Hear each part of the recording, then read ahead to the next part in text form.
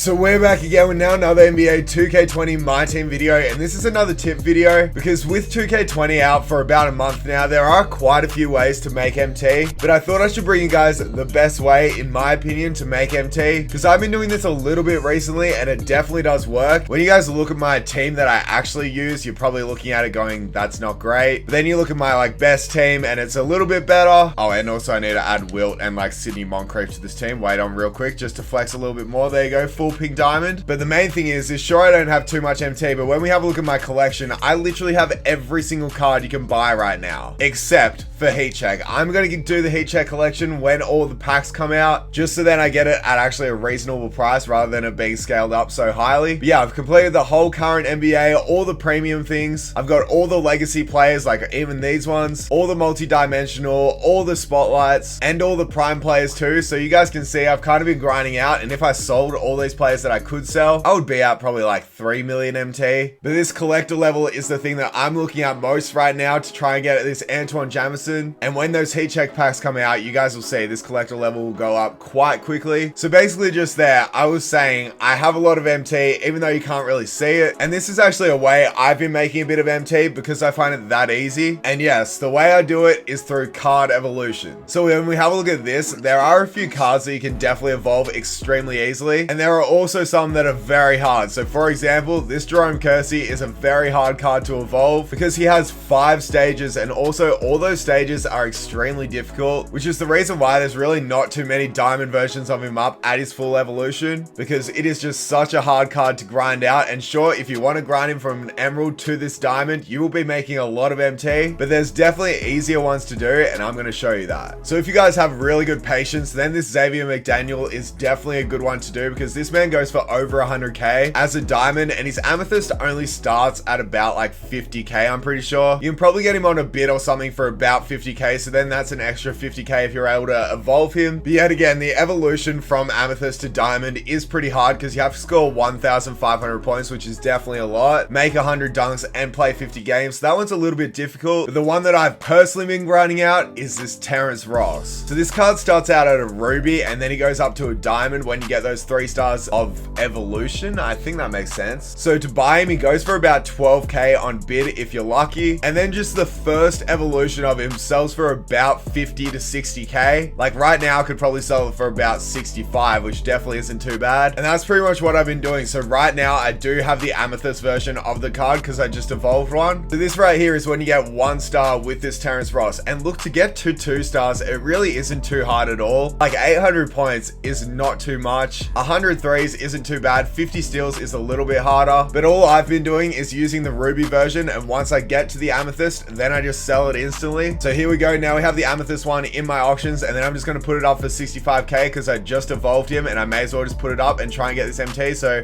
we'll go 66 700 just like that. And now we obviously still have the ruby one in our collection, and when we go down we're kind of close in this one too. Actually not really, we are pretty far away, but it doesn't take too long because the way you guys can do it extremely quickly is by going into domination and then playing rookie domination. And I recommend going against an easy team like the Magic or something. Players that aren't as good defensively are probably the best teams to go against. So then you just hit rookie difficulty and go through that. I see people drop 200 points with some of these players. Personally, I can't really do that because I don't play it that often, but if you get good at it and you're able to drop 200, that's literally only 4 games until you have evolved Terrence Ross from a ruby to an amethyst. But the way I've personally been doing it is I want to do 2 things at once. So that's the whole thing. I've been playing Triple Threat offline, and sure, it does take a little bit longer, but I got to play these games anyway. I'm not really playing them that often. The first week of Triple Threat offline coming out, I played 500 games, and I've played 85 since. So that's a little bit embarrassing, but this is what I've been doing. I've just been playing with this team right here. So Terrence Ross, Ruby, George, and then Sean Bradley. And when we actually play a game, you guys will see that it is sort of skill-based matchmaking in this. So we go against a gold, a ruby, and then an amethyst. That's one of the best teams I've gone against with this squad. But I'm going to show you guys this full game and show you what I do. Literally, you guys aren't even going to see a single cut from this game. So I just flop right there and then just get Joe Dumas to run in. Sure, if you score, I really don't care. It doesn't really matter if I win, first of all, but really you should. They will start missing shots. And then I just try and go for the baseline drive. So you guys can see, easy drive, easy dunk. And that's pretty much what Terrence Ross does every single time. And you got to remember, this card is actually a very good card, which is why I prefer doing it with him than other than that Jerome Kersey and stuff like that, because Jerome Kersey at a Ruby is a little bit more difficult, as I thought we were able to take that, but we're just going to go up there for the layup. May as well. He's not the greatest at 3 at his Ruby version, but I guess once you get that up to Diamond, it'll be so OP.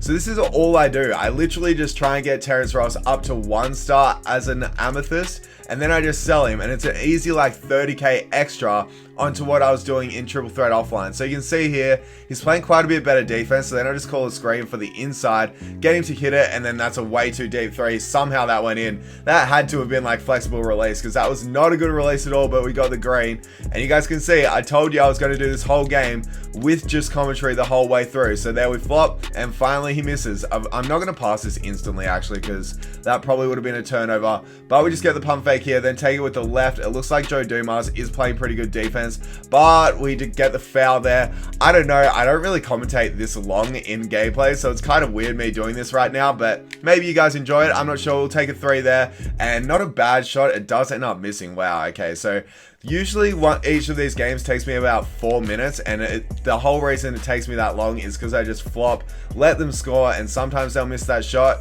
Really, the main thing you want to do is you just want to take it with the left hand and get the bump there. You can see that JaVale and Joe Dumas ended up bumping into each other. That's when you know you're always getting that baseline drive for the dunk with Terrence Ross, and that's how the 100 dunks is actually really easy when you're just doing Triple Threat offline. And that's one thing I feel like in domination, it'll make it a little bit harder, because I don't know, I don't see too many people getting too many dunks in domination, but Joe Dumas playing a bit better defense here. We'll just take him in the post and maybe get something to go. Okay, we probably didn't want to do that. That right there is where I should have just taken it out for the drive. No, for the 3, I mean, get that posterized. What am I talking about? I don't know. This is the reason why my alarm's going off. Oh no, everything's going wrong, and we're also down by 1 point. What am I doing, bro? This is not good. Okay, anyway, we're going to take it with the right.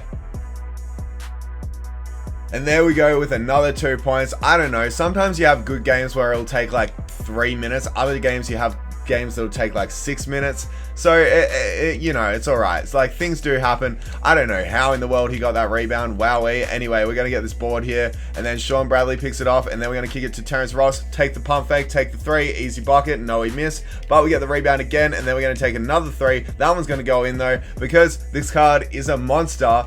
And he actually does make quite a lot of those shots. So here we go. 14 points. I can't believe I'm actually doing this whole game without a stop in the commentary, because usually I stop all the time. So I don't know, I'm finding it's a little bit difficult, but hopefully you guys can see why I am, because somehow Terrence Ross made that shot. So all we need is just 5 more points. So just a 3 and a 2 should be able to do it pretty quickly, especially if Joe Dumas actually wants to take his shot, which he finally does. We end up getting that block. We should get that block. He made it anyway, but we do have takeover now, so this should be an easy 3 if I get the snatch back, and then we're not going to take that. You know what, I'll just take the 2 there. I may as well, because you know, we have to sort of get as many points as we can as quickly as possible, because we will end up evolving this Terrence Ross quite a bit anyway. So there we go. He makes that shot, and now this is about to be the game over. Finally, I feel like I've been talking like a bloody, I don't know the word, but yeah, I feel like I've been talking a lot. That's basically what I was saying. That's it. That's it. GG. Green light. Catch and shoot. 21 points in, I'm guessing, probably maybe 5 minutes. Yeah, so that took me 5 minutes, shooting 8 of 11, which wasn't really even a good game. I'd probably give this game a 6 out of 10 for how well I played. And obviously doing a commentary does make it a little bit tougher. If you guys are just chilling back, just playing it, it's going to be so much easier. And that's the way I recommend it. Just let them score, go for the blow bys. If you don't get the blow by, then call the screen and take the 3. Now the question is, can we get Doug West out of the vault? I still haven't got a single player from this, and no, we can't. So yeah, and then those points just added, the dunks added too, and it really isn't a card that's hard to evolve, because that's what I was saying. Like, that's the reason I wouldn't recommend this Rick Smits, because you got to get 250 boards, 500 points. Also, I just find it a lot easier doing it with shooting guards. Like, this Darrell Griffith isn't bad, but it's 1,500 points. Xavier McDaniel is extremely hard because he is kind of slow. It's hard to get the blow bys, and you got to score 1,500 points with him. So that's the reason I just 100% recommend this Terrence Ross, because the first stage stage isn't too hard. I'll put a screenshot of the second stage as well. It's not bad. Like, it's pretty much exactly the same. You should be able to do that without too many issues. And then the third stage to get him to a diamond is actually pretty easy as well. Like 1,400 points, 200 threes, and then 100 dunks is kind of similar to the other ones, just a little bit longer. So it's really just up to you as to when you want to end up selling the card. But what I've been doing is just having him at Ruby, getting him to 1-star Amethyst, and then selling him. Because as you guys can see, the Ruby version goes for about 12k, and then his 1-star Amethyst goes for about 65k. So when you do the maths, that's about 50k MT every time you evolve this card from his Ruby to his 1-star Amethyst. And really, have a look at this. It's not a hard evolution. Just remember, the price of the Amethyst will actually probably go down when a lot more people end up doing this. But for me personally, I'm playing Triple Threat offline anyway. So why wouldn't I use this card that then I'm able to try and evolve, and then I can just make extra MT while doing it? Because the thing that I love about using this card is he's also a beast at his Ruby, and it's 800 points to gain from his Ruby to his Amethyst. And let's say I'm dropping on average 20 points per game with Terrence Ross. That's only 40 games of Triple Threat offline to end up making him an Amethyst. And I say only 40, but it really isn't that much compared to all the other evolutions you have to do. So that's the reason I thought I should bring this video, because it's definitely the quickest evolution of a player that you can sell for a good amount of MT. And it's also very easy. And another thing is, it's kind of fun as well. Like, I'm not a big fan of playing Rookie Domination just because I find it so boring and I don't see really much point. But when I'm sort of grinding two things at once, the evolution cards and also Triple Threat offline, I find it a lot more enjoyable. So that's what I've been doing recently, is evolving this Terrence Ross to the 1-star Amethyst evolution, and then just selling that baby and making at least 40,000 MT every single time. That's not even counting the MT I get from Triple Threat offline. So really, if I spent like a full day doing this and I played, you know, like 150 games of Triple Threat offline, I would easily make 200,000 MT just like that. Not really just like that. It would be like 13 hours of playing, but you guys get it. It's definitely one of the best ways you can make MT in NBA 2K20, and that's the reason why I thought I should bring this video. So I hope this helped. I hope you guys enjoyed. Make sure to smash that like button if you did. I will have some series starting on my channel soon, so be on the lookout for those. And thank you guys so much for watching this. Make sure to smash that like button, subscribe if you're new, follow me on Twitch, Twitter, and Instagram, and I'll catch you guys in the next video. Bye.